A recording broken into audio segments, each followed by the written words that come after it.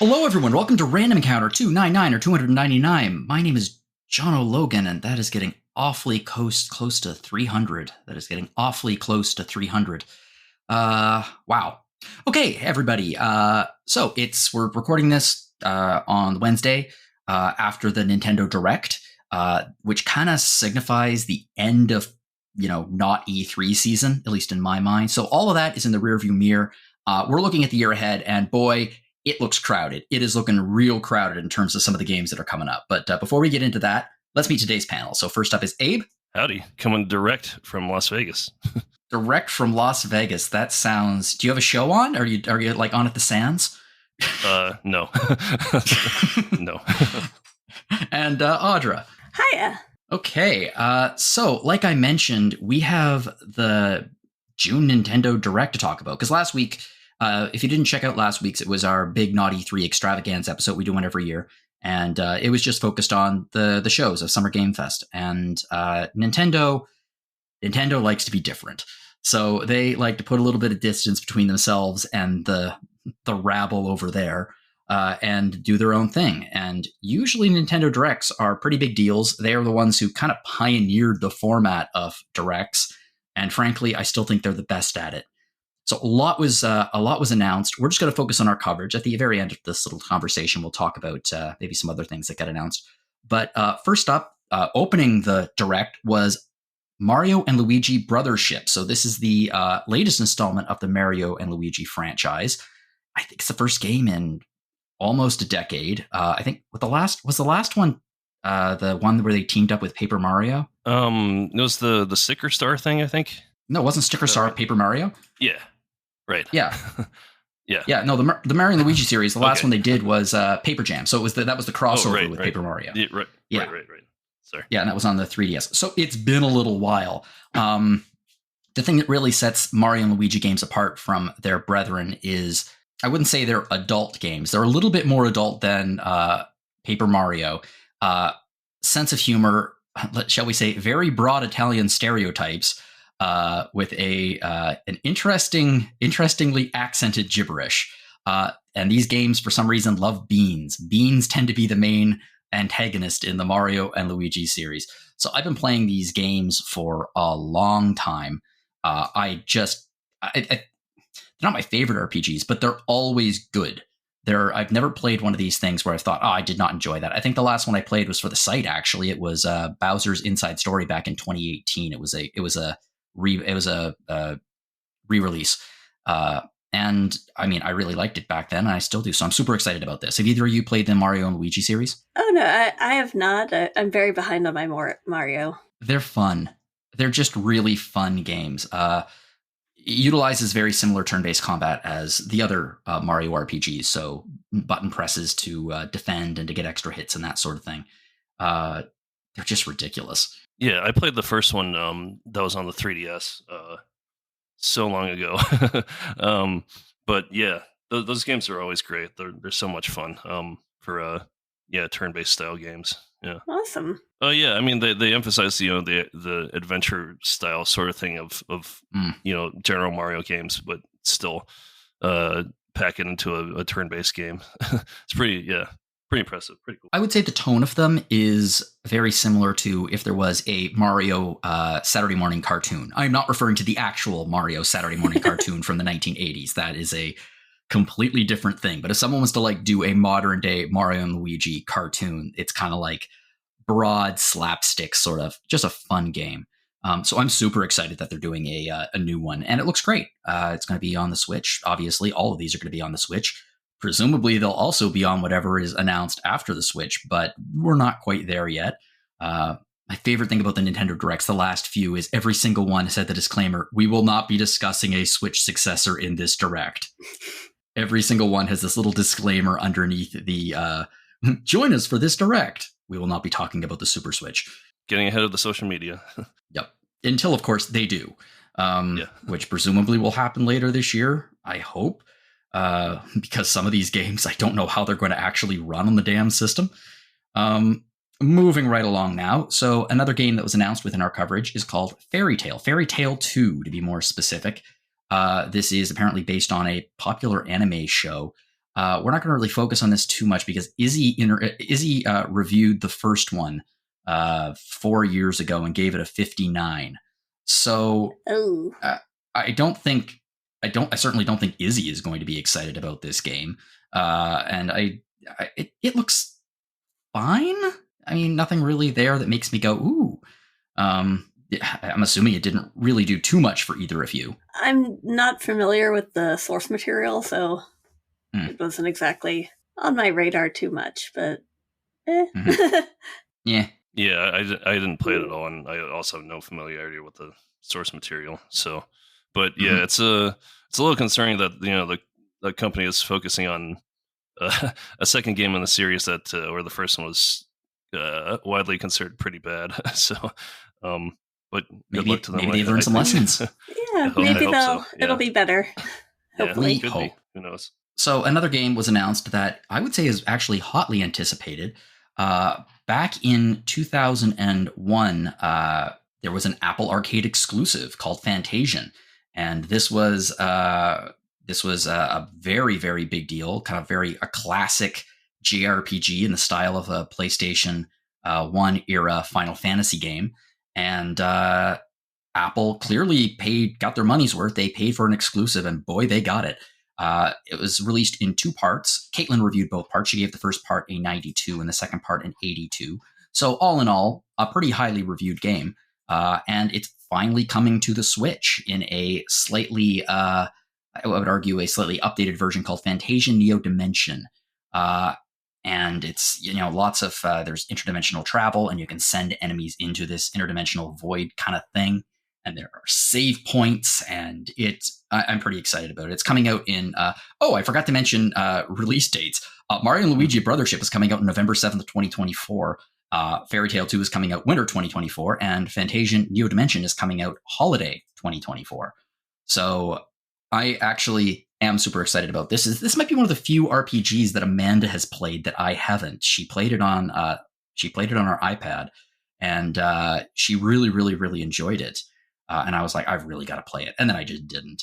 The fact it's coming out on the Switch, though, that is tempting. For sure. I mean, I think it was easy to forget about because it was, stuck to, on Apple devices. But yeah, it's also like it has been advertised as Hironobu Sakaguchi's final game. He's like, the father of Final Fantasy. So, that's a kind of a potentially a historic sort of landmark, I guess. So it's good that it's going to be on a platform that's more widely available, more widely accessible. I should also mention it got announced during the Direct, but it's also going to be available on the PlayStation, Xbox, and Steam. So it's available right across the board at this point. As it should be, yeah. It should be available on everything. So yeah, it's good to see. Finally. I really like the look of it. It looks like a pretty cool. I mean, I played a little bit about on the the Apple TV. It does have a great look. It has the whole the hand designed panorama things that they hand design them like physical dioramas and then put those in the game and put the characters, the digital characters on them, which makes for a really cool look. So yeah, it's very ambitious and from what I've played of it, it's pretty cool, pretty innovative and stuff. So next up would be for Mega. It's I guess it's kind of like a cross between Harvest Moon and Pokemon, where you're literally farming for monsters. You have a farm, you grow your monsters, you battle armies with them. Looks fine. There was nothing about this that set me on fire. It's coming out November 1st. Clearly very much smack dab in the middle of our coverage. It's just not really hitting a lot of genres or subgenres, I guess, that I particularly love. Yeah, I don't know. Grow your Pokemon. It's kind of a weird concept, but gotta pick them all. We'll see. Yeah, gotta pick them all. It's I'm interested in it, curious, but not. Yeah, it's like just not terribly excited about it. So I'll see it more about when we get more info about it. Yeah, I think that's the case with many of these games where it's not coming out for a few more months, although sooner than you'd think because it is already midway through June. which is coming anyway. Well, let's move on to a game that, to say it's been hotly anticipated the last few years is putting it mildly, and that is the HD 2D remake of Dragon Quest III. Yes. Now, Dragon Quest III, the classic NES game, has gotten a well-deserved ground-up remake. It's using the HD 2D art style. Interesting use of it, because it doesn't really look like a lot of other HD 2D games, in the sense that most of the ones that we've seen kind of utilize Final Fantasy-style pixel art, which is a different flavor from Dragon Quest pixel art. So you get the same beautiful backgrounds and depth of field and particle effects and everything, but at the same time, you're looking at pretty classic Dragon Quest style sprites. Looks gorgeous. We actually have a preview on YouTube for it from Zach, which I highly recommend for you to check out. That'll be in the description, the show notes, I mean. And I think that everyone wants to play this because it looks real good. I feel like, when it was announced as an HD 2D game, we were thinking it was going to kind of look like Octopath Traveler, which would have been great, but like they've gone way beyond that for the for the look of the game. So, yeah, it looks amazing. Yeah, I really like how they use the HD 2D art style as more of a springboard than a ending point, and they made it look very different from the other Octopath or Triangle Strategy or that kind of thing. Yeah. It's coming out on November 14th, so sooner than you think. But the news that this was rumored, but I'm glad we've got it. They are also releasing Dragon Quest 1 and 2 HD 2D remakes. These are coming in 2025. It's nice that we got an actual release date for them, because I think, did we hear about Dragon Quest 3 back in 2021, I think? It's been a few years. It's been a minute since the last time we've heard about this game. So I'm glad that we are also, we got a general year release date for Dragon Quest 1 and 2. Hopefully it'll come out then. It looks pretty, I mean, we haven't seen any screenshots, but I'm assuming it's going to look almost identical to the Dragon Quest 3 HD 2D remake, which is very pretty indeed. So the original trilogy, the original NES trilogy, is going to be available, and that is something to be celebrated. Like, I'm not the biggest Dragon Quest fan, but like, from what I understand, the 1 and 2 are kind of the most skippable of the series. So it's going to be interesting to see what they add to it exactly to really make it more enticing. Which I'm sure they're going to. Foundational, Abe, not skippable. Yeah. Foundational. Yeah. Yes, Dragon Quest 1 is primitive. Let's put it that way. It's really very enjoy basic. it. I mean, it was essentially the first stab at a video game RPG. So yeah, it's historic for sure. Sonic Ideal, I believe. Yeah. I really like Dragon Quest 1, just because I play it and I'm like, yeah, this is exactly what I expect a JRPG to be, because this is what every JRPG that came after it was based on. And it's nice. It's true. It's fun. And the fact that they'll have the first two games together will add a little bit extra replay value to the whole package, I think. Because you're right, if it was just the first one, it would be a little thin. Yeah, I'm really curious about what they'll add to those ones. I am too, because there'll be remakes just like 3. I mean, they theoretically could go in and they could expand the story and they could add extras and make it more complex, but I don't think they will, because first off, that wouldn't be Dragon Quest, and second off, that I think that especially in Japan, it's borderline sacred, and the idea that they would go in and they would expand this. Also, I don't think the foundation, I mean, I say it's foundational, I don't think the storyline can support much more. Like, the framework is very basic, and if you add too much to it, it's going to fall apart. Probably. That's true. Anyway, so these are games that everyone is really excited about here, and I imagine that if you are listening to this, you are excited about it too. Also coming out is the new Denpa-men. This is, I don't know what this is. It's coming out in July 27th, day before my birthday. Very quirky and colorful and weird looking. I don't know what to make of this. I watched the trailer and I was like, yeah, that looks like it's in our coverage, but I don't really know what else to say to it aside from that. Yeah, I'm with you. I really don't know what this is. Yeah. So I don't think we need to talk about it anymore. Darkest Dungeon 2. Darkest Dungeon 2 has been out on a variety of platforms, and it's finally coming to the Switch. Nick reviewed it, I think in 2023, and gave it a 91. I think this is the kind of game I tried Darkest Dungeon 1 and I was like, I see how this is really, really good. I am so not in the mood to play this right now. It is very punishing, this kind of game. But if you're in the mood for that kind of thing, then the Darkest Dungeon series is awesome. And I imagine that it would work really well on a portable handheld. Yeah, I would think so. That was about my experience with Darkest Dungeon was, this seems like it could be really great, but yeah, this is not not something I'm into right now. Mm-hmm. Yeah, I don't know anything about the second one, but yeah, it's it does seem like it would do well on a handheld platform. Yeah, I mean it's been out for a while. If you want to play this one, you can play this one right now. But it's also something that is just not really. It's something that's peripherally in my wheelhouse, but not quite. Yeah, Audra, have you any desire to play this? Yeah. Yeah, that's sort of what I feel too. Yeah.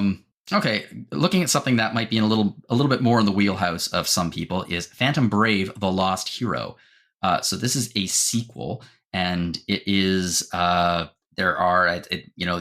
kind of, I guess it's kind of a strategy game. Is it a turn-based strategy game, or is it? Yeah, it's a turn-based strategy game. Yeah, sort of. Sorta, yeah. That's kind of how I felt about it too. It's sort of roguelike, I think, from what I understand. It looks very, very cute.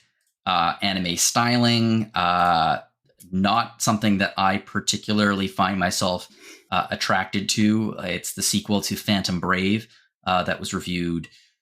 Wow, Phantom Brave was a PlayStation 2 game, I think. So it's been a long frigging time. Hang on, do we have a review for this on the site? We surely do. Just navigate from here. We do. It's reviewed by Lee Babin. I have no idea who this is. I am no longer. Clearly, they were not here at any point when I was here. Okay. They were here from 2004 to 2007, a little bit before my time, a decade before my time. But they gave it an 84. I know nothing about this, but the game itself looks really cute. And maybe it'll have something. It's coming out in 2025, so we have a little ways to wait for it. That one I was curious about. So yeah, it looks cute. Looks like there's a job system. You can create your own characters. Neat stuff. Okay, you know what? I'm going to jump over the next game because I'd rather talk about this last. I'm just briefly going to mention Lego Horizon Adventures was in here. I found that to be a little surprising because it's kind of Horizons is kind of one of Sony's crown jewels, and the fact that it's showing up in any form on a Nintendo system is interesting. That being said, I think it makes sense. It's a Lego game. The demographics, pair up really, really well, and it gets this IP out there to an audience who might not be familiar with it. I was just disappointed that there was less of a focus on the hot dog guy in this trailer than in the Sony Direct, the Sony State of Play. Still the most inexplicable. Or that wasn't the State of Play. That was Summer Game Fest. That was the first thing. It was one of the most inexplicable trailers I've ever seen in my life. Anyway, yeah.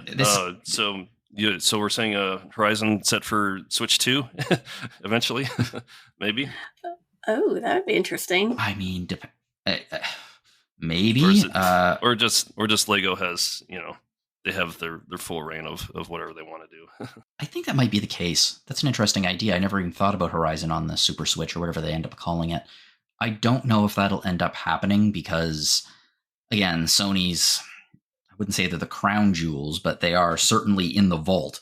So, I mean, I'm surprised. I was very surprised to see this. Not unhappy that it's here. I'm not going to be playing it on the Switch because I don't think it'll run particularly well. Not that it's a Lego game. It's not exactly a graphic powerhouse, but yeah, we'll see. Anyway, I'm jumping around a little bit more just because for selfish reasons, I'm saving some of my favorite announcements until the end of this conversation. We have Danganronpa and Zero Escapes creator has a new game. It's called The 100 Line Last Defense Academy. And it's a strategy RPG, but whereas the other ones are, I think one is very clearly, it's just a visual novel adventure game. And the other one kind of has elements of a shooter in a weird way where you're like shooting clues. This is very clearly just a strategy game, but it does bring in much of the same feel from those games. So if you are a fan of the Zero Escape series or Danganronpa series, then this is definitely going to be on your radar. I haven't actually played either of them, but both of them are currently installed on my computer. They are very prominent in my backlog, and at some point I will play both of them. So I looked at this and I was like, oh yeah, this looks like something I'd enjoy. Yeah, I haven't played a lot of those either, but yeah, it sort of looks like also maybe like a little bit of a tower defense sort of thing. But yeah, I am a strategy RPG fan, and it did look like it had potentially, it could be interesting potentially. Yeah, I do love strategy RPGs, and I enjoy Zero Escape, so I was like, I might have to check this one out. Yeah, it's always fun when creators of like popular series team up to create something new. Like when they did there was it wasn't something new. It was the Ace Attorney Professor Layton game that I adore. That's not really new. That's just a crossover, but it really masterfully brought elements from both series together. So it'll be neat to see how they do it here. Speaking of the Ace Attorney series, this was not a surprise to me, but this is very, very logical. Ace Attorney Investigations Collection. So the Ace Attorney Investigations series started on the DS back in 2010, and it was a spin-off starring prosecutor Miles Edgeworth. It didn't really, I mean, there's one of the cases, one of the episodes of it that takes place in a courtroom technically, but it's not really a courtroom drama. It's more of a crime scene investigation drama where, as Miles Edgeworth, you navigate around a crime scene in a very point-and-click adventure game style. Like you actually have a sprite rather than a static screen, which is very different. And the first game was released in 2010, and then the second game was released in 2011, but was never released here. It got a fan translation, actually an exceptionally good fan translation from a group called Scarlet Study many years ago. I played both games. I played the fan translation. I think many of the people who did the Scarlet Study, who are a part of Scarlet Study and did this fan translation, also worked on the Great Ace Attorney 2 fan translation. It's unsurprising that Capcom is releasing this. This will be their last collection because they've literally run out of Ace Attorney games to release in collections. So it wasn't super surprising to me that they were going to localize the second one, because if they wanted to release a collection, they sort of had to. Presumably now we'll at some point get a new Ace Attorney game because they've run out of remakes and run out of stuff. But this looks really good to me. They have upgraded character art alongside the classic pixel art. I think these are great games that present Ace Attorney gameplay in a slightly different context. And if you're a fan of Miles Edgeworth, then it's a no-brainer. They're just must-plays. Super excited about this. Yeah, me too. So does it play out like a little bit more like a traditional like point-and-click game? It looks like a point-and-click game. Like you have you have like locations, and you have a pixelated Miles Edgeworth, and well, obviously on the Switch, but on the DS, you navigated them around using the stylus and click on various locations on screen to get clues and things like that. Usually what would happen is very similar. You'd be interviewing suspects on the scene, and you would be presenting them with evidence when they provide you with contradictions, and you try to figure out who the perpetrator is. And much like other Ace Attorney games, each case kind of stands alone, but there's an overarching storyline that pulls itself together by the end. The usual Phoenix does not make an appearance, neither does Maya or anybody else from like the solid cast, but guest appearances from the main series are, Dick Umshoe is your sidekick, and he's always with you. Franziska von Karma is always there. Yeah, she gets quite a bit of character development in this series.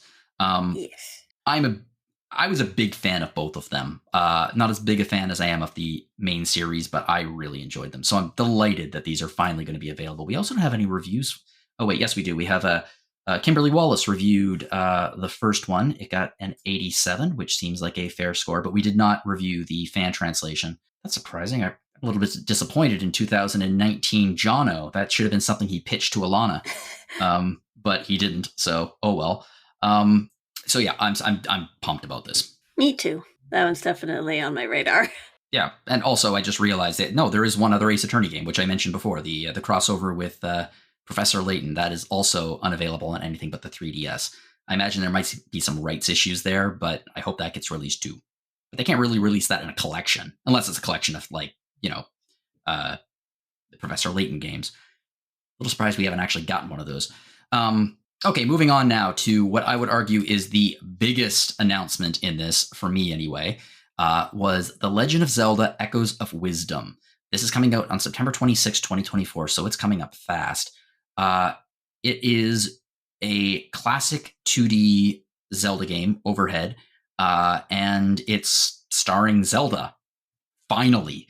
It uses the exact same art style as Link's Awakening, which is an interesting choice, but makes sense because they already had the art style there and a lot of the assets. The idea is Link is doing his usual thing and Ganon's doing his usual thing, and they have a fight. And then after Ganon is defeated and Princess Zelda is stuck in a crystal, a chasm opens up in the floor and sucks Link in, and Link manages to fire off an arrow at Zelda's crystalline prison, and she escapes. And Link's gone. So who's the hero of Hyrule? And that is Zelda. Zelda has to actually go out. And instead of getting a sword, she gets a staff, which she can use to replicate items that she finds in the world. So, for example, if there's a crate, you can tap your wand to the crate, and then you can create crates anywhere you go.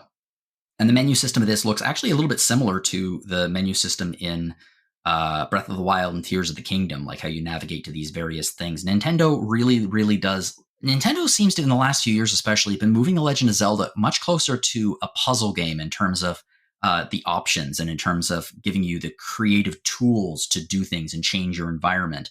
So they're going to be doing that now in a 2D space, and I'm unbelievably excited for this. I love 2D Zelda. It's one of my favorite things. So the fact that we're getting a new one, oh yeah, just give it to me. And also Zelda's the star, finally.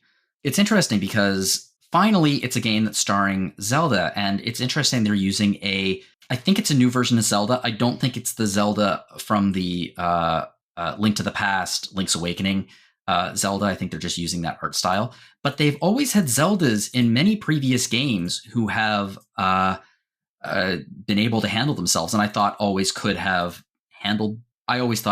actually been the hero. For example, obviously in Ocarina of Time, you have Shriek, you have a mighty pirate in Wind Waker, and then you have the current Zelda in Breath of the Wild and Tears of the Kingdom, who can very much handle herself.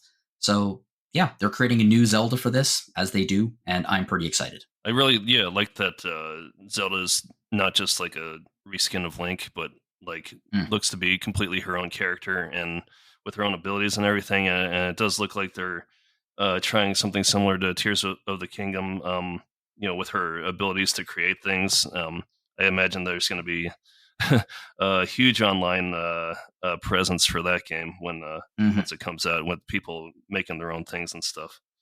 Yeah. So yeah, that looks pretty interesting. I'm not a huge Zelda fan, but that game looks pretty interesting, and I might dig into that one. Mm-hmm.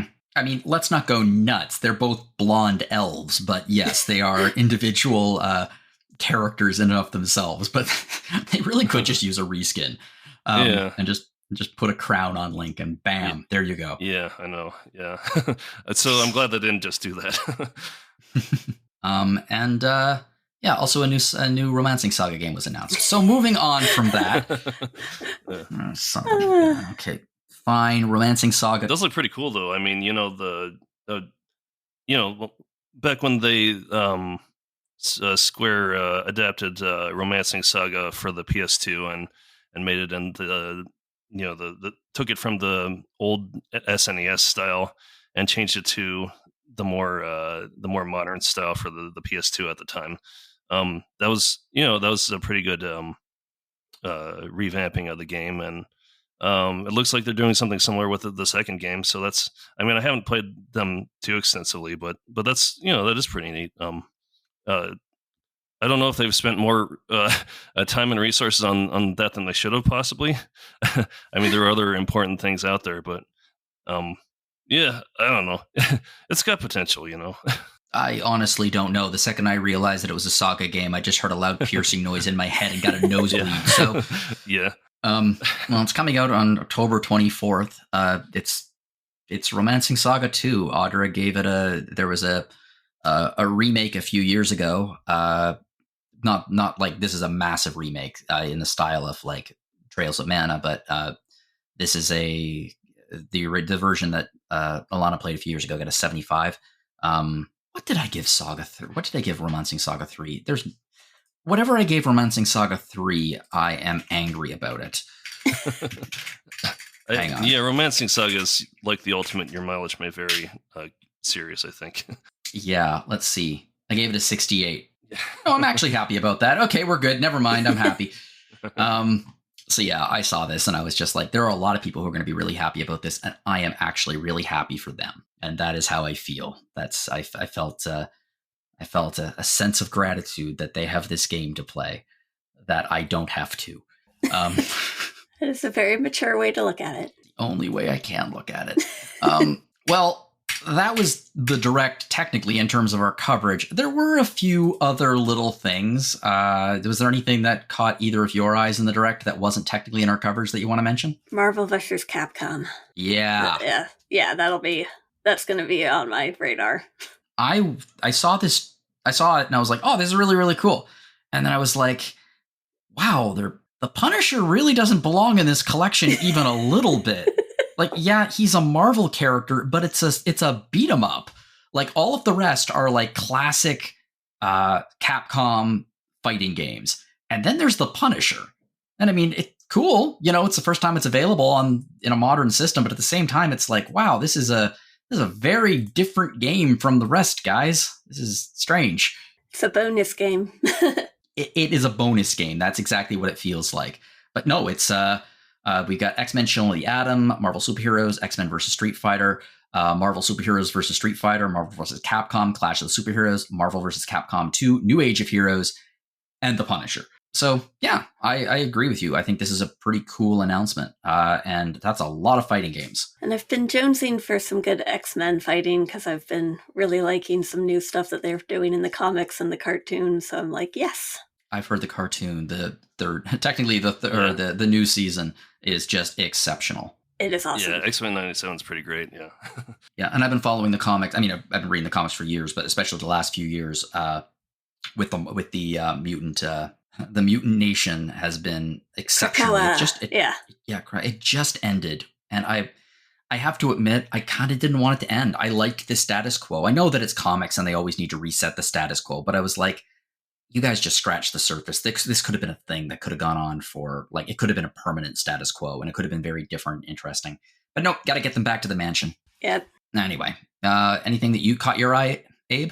I am kind of interested in the Tales of the Shire, the Lord of the Rings game, the cozy Lord of the Rings. Cozy Lord of the Rings. Yeah, I don't know if how good this is going to be. It's kind of impressive that Weta, the production company that made the Lord of the Rings movies, is involved in it.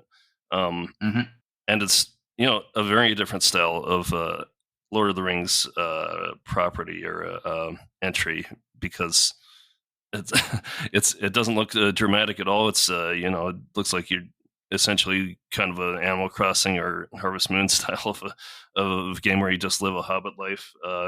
But I'm intrigued by it. I every time I see a preview video for it, I want to know more, because they're very they're holding their card that's very close to the vest on what exactly this game is. So I'm mainly curiosity at what exactly this is going to be. But it does look cute and potentially pretty fun. So, and I'm a huge fan of Lord of the Rings, so I'll at least have to check that out when it comes out. But we'll see. I mean, the big announcement that everyone was really excited for in this direct was clearly Just Dance 2025. Because Walmart demands it. Walmart needs Just Dance games to put in the bargain bin outside of electronics. No, clearly it was Metroid Prime 4. And it finally has more. We finally got some more information about Metroid Prime 4, and it's called Metroid Prime 4 Beyond. We it got announced a few years ago, and then apparently it underwent some significant developer trouble. And it's going to be coming out in 2025.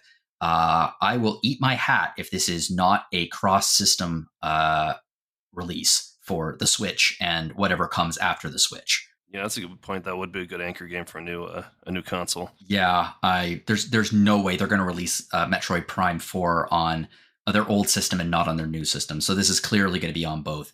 Plus, looking at it, you're like, okay, that looks like it's gonna be a bit of a struggle for the Switch.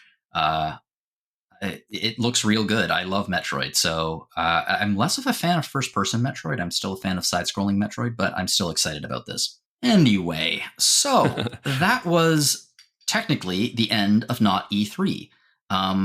And we talked about that a little longer than I meant to talk about that, but there was a lot of news there. What the episode is technically about today is Monster Hunter Stories and Monster Hunter Stories 2, Wings of Ruin. So these are spin-offs of the Monster Hunter series that they came out on the 3DS years ago, and they kind of languished for a few years. They sort of went by the wayside, I think, since 2021. And so finally, we have re-releases. Specifically, Monster Hunter Stories came out on 2017 for the 3DS, and it was very different because unlike other entries in the series up to that point, this was a traditional turn-based JRPG. It had a much more traditional storyline. It definitely had a friendlier relationship with the monsters than in Monster Hunter, and it kind of came out just before Monster Hunter's popularity exploded in 2018. So yeah, we finally got a re-release of it on the Wii, and it's a very upgraded version of it. It's on the Switch. On the Wii? On the Wii. Wow. Sorry. Yeah, I went back 3 generations there. Wait a second. Hold on now. I'm going to leave that in the episode because, wow, that was a brain fart. So yeah, Abe. Abe, that's what I meant. Audra, you're absolutely right. I didn't meant the system. I meant Wii is fun. Yeah. It was Wii. So yeah. But to clarify, Abe, Monster Hunter Stories is on everything now. Like it's on PC. Oh, yeah. It's on everything. not just the Switch, but the Switch also. Yeah. Yeah. So we're talking about the 2 reviews today of Stories and Stories 2. Abe, you reviewed Stories 1. You really, really enjoyed it. You gave it an 88. Tell me, what separates this game? What puts this game apart from the other Monster Hunter games, the mainline Monster Hunter games? Well, to start off, when we've been posting the stuff about the coverage about these games on social media, and there were a few comments from people saying that they just don't really care for like the actual Monster Hunter games, and so something that's more turn-based might be a little bit more appealing to them. And I think that's exactly like the audience that these games were going for. The Monster Hunter games are these big, sprawling, epic sort of games, and mostly being epic in terms of gameplay. There's a very definite gameplay loop. You go to your base, wherever it is, you hunt a monster, you go back. Yeah. So those are action games, and they're very dynamic because you're going out into very, very cool, very well designed like environments that feel somewhat lifelike.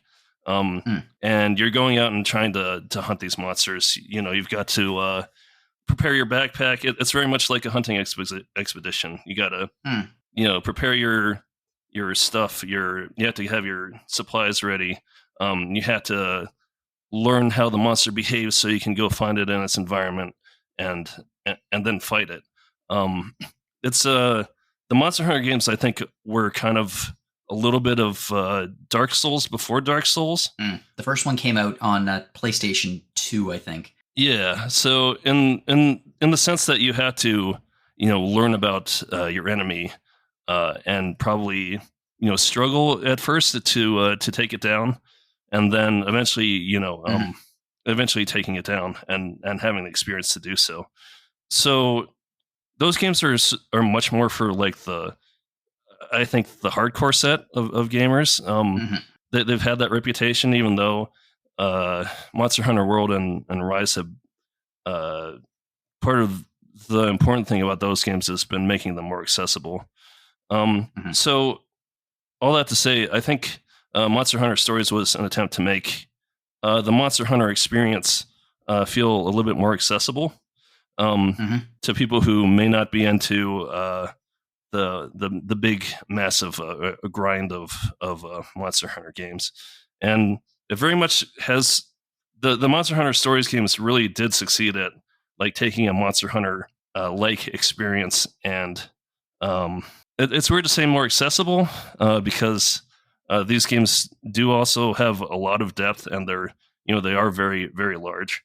But if you're like me and you're more of a turn-based person, this does seem a lot more accessible. And I think part of the Monster Hunter games is grinding to get resources so that you can make better and better armor and weapons. And you do have to fight, the same monster kind of over and over in order to do that. But Monster Hunter Stories makes it so that your achievements, I mean, you can do crafting, but it's a lot simpler. But the bigger achievement in Monster Hunter Stories is collecting the monsters. A little bit more Pokemon than going out and hunting. Yeah. So it's a little bit of a different philosophy, but it's one that definitely works for people like me more than people who are more into the traditional Monster Hunter games. So I think it weirdly makes it kind of more accessible, and it also really feels much more like a traditional turn-based RPG than obviously Monster Hunter. Yeah, looks like it too. Yeah. So it was taking the Monster Hunter experience and putting it in a more familiar setting for more traditional RPG fans. So, and it really does succeed at that. Well, like I said, it's a re-release, it's a remaster on a whole bunch of different new systems. What does this remaster bring to the party that wasn't in the original release? I understand that there's voice acting now. There's a bit of a visual style change. Yeah, that's pretty much it. Mainly the voices are the voice acting is the biggest addition. Well, like the cutscenes and most of the important dialogue is now voiced. And that that adds something. And now that I've played a little bit of the second game, I can see that they at least brought back some of the actors for the remaster of the first game. So that's pretty cool too. Oh, that's neat. Yeah.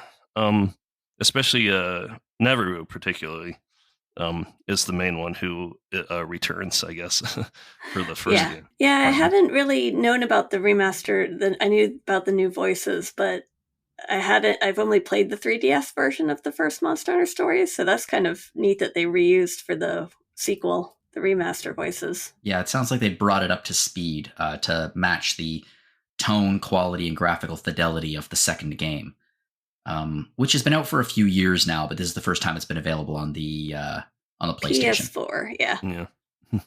Updating the graphics was a little bit more out of necessity because obviously, they can't have the 3D graphics from the 3DS for modern platforms. But unfortunately, no.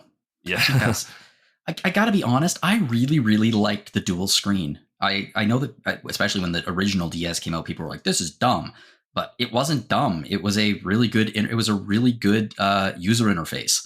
Took a lot of stuff that would have cluttered up the actual gameplay map and put it down there where you could deal with it. Unfortunately, it does mean that every single port requires some real rethinking of the interface when they pushed it onto new systems. Oh yeah. Yeah, and even for games that don't heavily use the touch screen, like it is more efficient to have the dual screen thing there. And that was one thing that changed for this game. So in battles, there's like this rock paper scissors wheel, And they are really leaning into the whole Pokemon thing. They were, yeah. But yeah, so the rock paper scissors wheel used to be on the bottom screen, and now like for Monster Hunter Stories 2, they kind of moved, they kind of like scrunched it into the menu, and so the style from 2 is now also the style for the first game. They just kind of ported that over, which makes sense. They built it, so they might as well use it. I mean, you gotta, to adapt games from the 3DS, I guess you gotta squeeze things in where you can. But like, if you go from playing the original Monster Hunter Stories on the 3DS to the new version, I think it's a little bit easy to miss that wheel, because before it was just like huge and just right in your face, but now it's a little tiny and it's squished into a menu. I mean, as you mentioned before, this looks very clearly like a traditional RPG, much more so than others. There's a protagonist from a small village. It's someone who wants to be the very best, the power of friendship, conquering all, that sort of thing. And the relationship. Yeah, exactly. It seems like there is a much stronger relationship between you and the monsters in this game. I'm just curious, who is your favorite monster in this game? Well, it's the Xantrios. So of course it is. The kind of like half shark, half frog sort of hybrid looking thing. It also swims, which is swimming is, once you can unlock swimming, is kind of one of my favorite parts of the game too, for exploration anyway. So it really opens up the world. Yeah, I love how like certain parts of the world are just inaccessible unless you have the right monster combination combination to access them. I thought that was pretty introducing a bit of a Metroidvania style thing into it. Yeah, I was gonna say that it's very much the in the early levels where you see the area that you can in the future you'll be able to double jump to, but you don't have the double jump yet.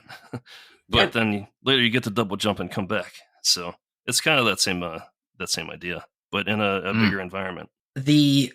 One of the interesting things about Monster Hunter Stories is that it came out just before Monster Hunter World, which is not, I wouldn't argue, is the high point of the series, but it's certainly one of the games that was responsible for the explosion of popularity in the series that led to Iceborne and then eventually Rise. So the Monster Hunter series continued on from there, and then Monster Hunter Stories 2 Wings of Ruin came out, and it's very, very interesting because 2021, when it came out, was a huge year. Not only did we get Monster Hunter Rise in March, but then we got the sequel to Monster Hunter Stories 2 Wings of Ruin. And unlike Rise, which soon after got a PlayStation and Xbox release, it was originally on the Switch, we had to wait a while until Stories 2 was ported over to other platforms. But the wait is over, and they decided to release this version of the game on the PlayStation alongside Monster Hunter Stories. So, Audra, you reviewed Monster Hunter Stories 2. You have played the original on the 3DS. I am really curious. What did the second game, I guess, do to differentiate itself from the first game? And did it make any allowances for the popularity of the Monster Hunter series at that point? Like, I imagine that there were a lot of new fans who had never played Stories 1 who are going to be, new Monster Hunter. Okay, let's play this too. And they would discover a very different game. I honestly, it doesn't really differentiate as much as maybe it could have from Monster Hunter Stories 1. Mm-hmm. It's very similar. I kind of picked up what I was supposed to do in this game very quickly, just from familiarity. It's a direct sequel. Yeah. In terms of both, I understand, in terms of both the mechanics and in terms of the storyline. Pretty much. It's set a few years after the events of the first Monster Hunter Stories, and it has a new main character, but then like you have Navarro is still your sidekick partner. Patna, I believe is how he likes the cat puns. And so do you. I mean, who doesn't? Yep. And they have a few returning characters, which I was actually surprised by one of them in particular showing up. In terms of the gameplay, did they do anything to advance it between the two? Obviously, it was released on two different systems. There was a 3DS, and then this was released on the Switch. It seems like the gameplay is pretty close to the first game, turn-based, using the turn-based rock, paper, scissors style of gameplay. Did they do anything to refine it? Did they deepen it at all? Not really. It's pretty much kind of a thing of, I think that they were like, if it's not broken, then release a JRPG. Yeah. Yeah. But they do like quick time events, and I feel like they did more of them to help break up because battles can run a bit longer due to the HP pools of the monsters. So they do those to like help break up some of the turn-based fighting, and those are interesting. And I did feel like they had to kind of switch the controls around a bit from how they were on especially the 3DS version. One of the big updates for 2 was that they allowed you to have a human partner with their own monster. So it's kind of they did have a buddy system. So it's kind of it's expanding the battle system, giving you a little. And that's interesting because the buddy is like AI controlled, and they sometimes have their own monster or monstie, and then other times it's a monster hunter who's helping you out, and they have their own skill set. It's a little different. That is a little different, and it's interesting that they really expanded on the power of friendship. It's not just the power of friendship between you and your monster; it's also between you. We can't say monster because that's a little bit close to Pokemon, because they're not pocket monsters. They're monsties. Yeah. Yep, they're monsties. That's legally distinct. It's funny, these games. I'm not into the Monster Hunter series at all. That is not because I think they're bad. It's just not a series that I particularly delved into. I probably should. Because it seems like there was a lot there that I would really, really enjoy. They are monstrously popular, especially in Japan. And I mean, this game, not even this version, but this game has already sold 1.5 million copies in 1 year, which is pretty good for a spin-off of a series. Audra, out of curiosity, who was your favorite monstie? Much like I asked Abe, who was your favorite? Well, I do have a soft spot for the Rathalos just because they're so story prominent, but Tigrex, which is like a T-Rex and I guess technically a tiger.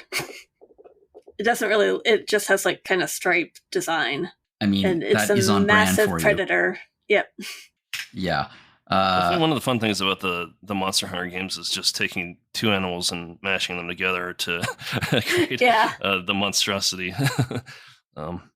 Coming from a not having played any of these games, are the monsters in this game also found in the mainline series, or are they unique? Yeah, they're taken from the mainline series. Mm-hmm. Okay, I imagine they're much friendlier looking versions. Well, I mean, not really. Really? They actually made them still pretty intimidating. Babies, so they're smaller, but they're smaller. Okay, but no, they're still pretty ferocious. I mean, you got to fight them before you can hatch them. So yep, and you usually can only raise new ones. You can't ever. Yeah. So take one from the wild. Yeah, you're not doing monster wrangling. It's just you're just stealing their eggs and then hatching them. And then forcing domestication on them. Yeah. Oh, that's a dark turn. Yeah, forcing them to imprint on the rider, and so now you're friends. It gets a little weird if you think about it too much. Yeah, depending on how you feel about hunting in general, the entire series is a little problematic. Audra, were there any big differences between the PlayStation 4 version that was just released and the other ones? Were there any upgrades, or was it a pretty straightforward port? It was a pretty straightforward port, I think. Okay. From what I've seen of the Switch version. Absolutely nothing wrong with that. It's not even an old game. It came out in 2001, which feels like it may have been last decade. But no, it was 2021. That was a long time ago. Wow, I don't know what's up with this episode, but I'm like firmly stuck in the era of Wii and Thinking of your Golden Age of Games question for the. Well, both of you really enjoyed both of these games. Audra or Abe, like I said, you gave Monster Hunter Stories this re-release, remake kind of thing. You gave it an 88. Audra, you gave 2 a 91. They both get editor's choice. They're clearly exceptional games, which is something I'd like to transition into our discussion question. So, as we have talked about, these games are clearly turn-based RPGs. They, in terms of their aesthetic, in terms of their feel, their storyline, their characters, it's very much in tradition of JRPGs. Monster Hunter, the mainline series, much more falls along. I guess it's hard to say realistic because it's set in place in a fantasy world, but it's much more go out, hunt the monster, literally hunt the monster. And the popularity of the series is clearly continuing to grow. The next game, Monster Hunter Wilds, was we got a little bit of wasn't game. I don't think it was gameplay footage, but we got a trailer for it recently. It's coming out in 2025. Out of curiosity, what do you both think that the mainline series could learn from its turn-based counterpart, or vice versa? I don't know if the main series is going to learn too much from it. It's pretty much like I said, the stories games are pretty much like taking Monster Hunter and distilling it into a turn-based format. So it's pretty similar, actually. I guess the biggest thing I could think of that would be a pipe dream, and this is probably for like games in the future, not for Wilds, but like, I mean, I know you can already ride monsters, or you can already ride monsters in Monster Hunter World, so that's already already there. But if you had a full monster like collection and rearing and a raising system like you do in stories, and put that into the action-based game of Monster Hunter, that'd be pretty amazing. I don't know that I don't know how possible that is technologically, but that would be pretty amazing. That's what I think everyone would want. The ability to ride monsters into battle. That would be pretty cool. I mean, clearly that's what everyone wants, is to ride a monster. Yeah, absolutely. I just hope they make more Monster Hunter Stories games. I think they're fun. So it's like, I hope they make them in concurrently with the main games. Well, Wings of Ruin sold pretty damn well. And considering they've just re-released the first one and they've ported the second one to other systems, I would not be surprised if at some point in the near future we get an announcement for Stories 3. It seems like a really nice little spin-off series they got going here, and I don't think that they would want to shut that down. Hope not, anyway, because these games look like a lot of fun. They are. Yeah. I don't know if Capcom's attempting to make its own like Pokemon style franchise, but there definitely is. If they can hit the wave of popularity, right? I think they could have something like that there. Well, speaking of popularity, what's popular? RPG fan merch. At least it's popular with us. So I want to thank both of you for coming on the episode today to talk about Monster Hunter Stories, and also talk about the Nintendo Direct, because I thought it was a pretty damn good Direct this year. Oh, you're welcome. It was fun. Yeah, it was. It didn't have any of the big. It didn't have huge announcements. Well, I guess Metroid 4 was pretty huge, but Metroid 4 was huge in the sense that it was overdue. Yeah. It still had a lot of smaller, interesting things though that I think we're all excited about, especially Zelda, I think. Yeah. In a weird way, Nintendo's development struggles with Metroid Prime 4 may have been a blessing in disguise, because it means they do get to have one last big game for the Switch. Whereas if they didn't have development trouble, this thing probably would have released last year. Or this year. True. Yeah. But the fact that it was delayed means that, it's going to be... it's a big game. Also, the fact that it's going to be released in 2025 absolutely means that the Super Switch, or whatever it's going to be called, is going to be released in 2025. These things are going to have simul releases. I'm positive of it. Anyway, so as I set up earlier, we have a store with lots of merch. You can find it at www.rpgfan.com/shop. You can find lots of things on there: coffee mugs, shirts. The big thing that we are constantly talking about, because we are so proud of it, is the RPG Fan review card collection. And that is a showcase of nearly 300 of our review cards, as you can see on Instagram and other social medias. And essentially, they're like little snapshots of our reviews. Abe, Audra, and I all have entries in the book, and you can find it there. It's a collaboration with Hyperplay RPG, so absolutely check that out. Another way to support us is to check out our past episodes of Random Encounter. Last week, as I mentioned, was our 2024 Not E3 Extravaganza, which obviously continued this week with the Nintendo Direct. And I think that's going to be it. We're going to have a nice little break for at least a few weeks until, I don't know, later in summer probably, which is totally fine with us. We have a lot to catch up on. But this is not the only podcast we have here on the site. We also have Retro Encounter. Over the last 2 weeks, we've had our 2-part Grandia 2 episodes. And if you are a fan of this 2000s era classic JRPG, check them out. We also have Rhythm Encounter, which is RPG Fans Music podcast. Last week was a pirate-themed episode, being a tale of swashbuckling adventure, but with more music. As a fan of piratey-themed games, real glad this exists, and absolutely check that out too. And if you do like Rhythm Encounter, you can find the next episode will be out next week, so stay tuned. If you'd like to get in contact with us here at Random Encounter, you can do so by firing off a message at podcast@rpgfan.com. I would love to hear from you if you have any ideas for future episodes. Anything at all, fire it off to me. If you'd like to send me an email directly, you can do so at jlogan@rpgfan.com, but you can also find me on Mastodon at johnlogan@mastodon.social. I'm not the only person with a social media presence here on this episode. Abe, where can we find you online? Mainly on Instagram, Abe Kobolansky. Cool. And Audra? Email for me, audrab@rpgfan.com. Terrific. If you enjoyed this podcast, please share it with your friends to help us get the word out there, and you can rate us on iTunes or your other podcast players of choice. Again, I want to thank you both for coming on the episode. It's been a couple of weeks, hasn't it, with just the constant game announcements and everything. So it's been pretty tiring. So I really appreciate you. Really appreciate you both coming on and chatting with me about these games and the Direct. Oh, no problem. Yeah, had fun doing it. Thank you very much. And everyone out there, I imagine it's also been an exhausting couple of weeks for you, because it does actually eventually kind of get overwhelmed with all of the news. Nonstop news it really does wear you down.